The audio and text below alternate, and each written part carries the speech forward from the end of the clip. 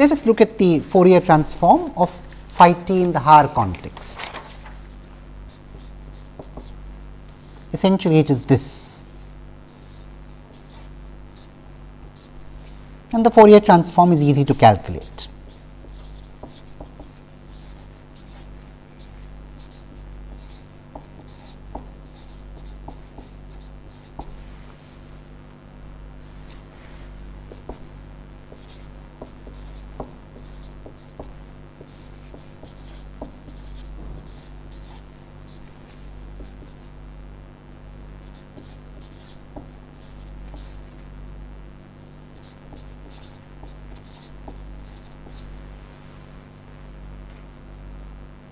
Now, we can simplify this.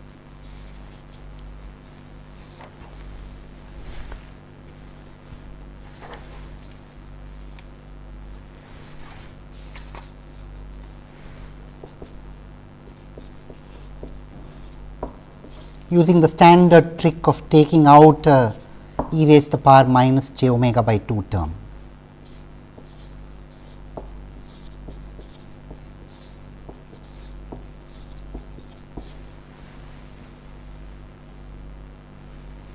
And then we note that we have a sign hidden there.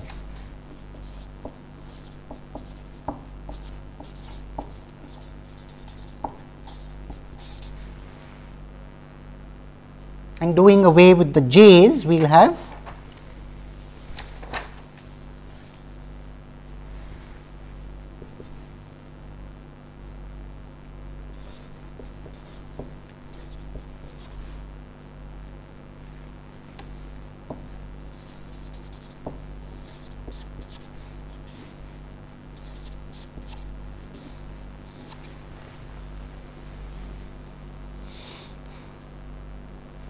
now, as you can see, this Fourier transform goes towards 0 as capital omega goes towards infinity.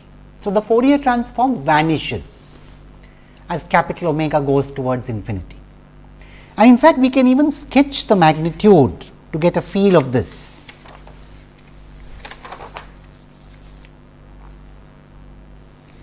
The magnitude of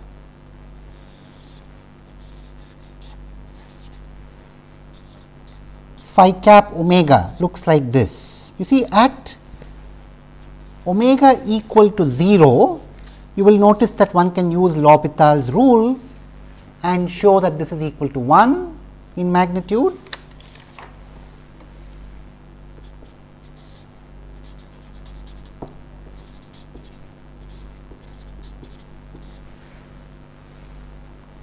So, it has a pattern like this.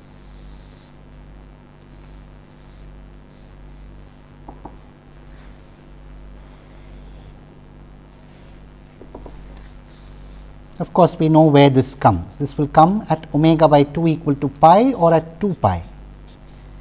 This would come at 4 pi and so on.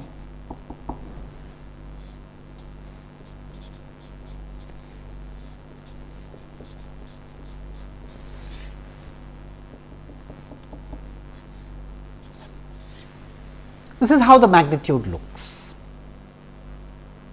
Now, you know, this very clearly shows that phi has a concentration around 0 frequency. So, this is interesting. We begin from the low pass filter, we construct a dilation equation, a recursive dilation equation starting with a low pass filter, and we get a low pass function. Phi t is essentially a low pass function. A low pass function means it is predominant in the frequency domain around capital omega equal to 0.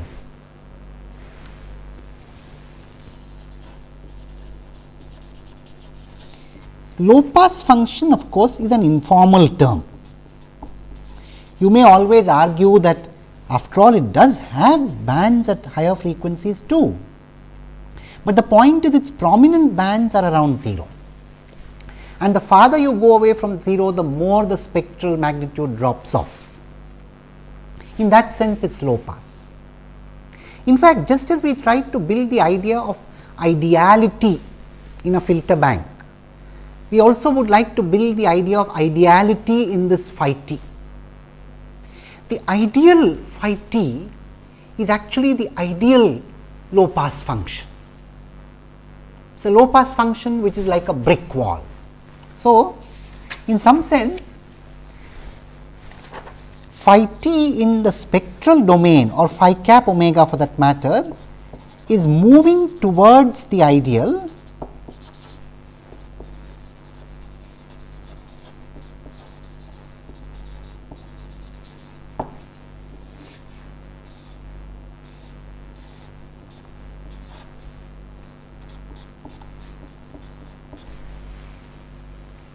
this is where we are moving.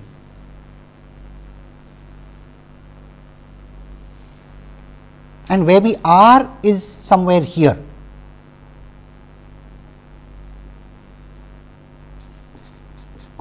Very far away from it, of course. Not surprising, after all, that is what we saw in the Haar multi-resolution analysis too. Ideal here, actual there. Now, once again there is the same conflict that drives the engineer, the scientist or the mathematician. We know that we want to go towards the brick wall ideal, but we also know the brick wall ideal is unattainable for various reasons. The reasons are similar to what I talked about last time for the unattainability of the idealism in a filter bank. So, we would not need to repeat them once again here. However, what we will now do is to see what is the relationship, whether ideal or practical, what is the relationship between phi cap omega and the discrete time Fourier transform of the filter bank, low pass filter, in terms of construction. So, in other words, we have written down a dilation equation in the frequency domain, but we need to translate that dilation equation into a constructive step. How do we construct phi t given the low pass filter impulse response? In a way, if we do that, we have answered the question, how is the design of a filter bank related to the design of a multi-resolution analysis? So, let us do that.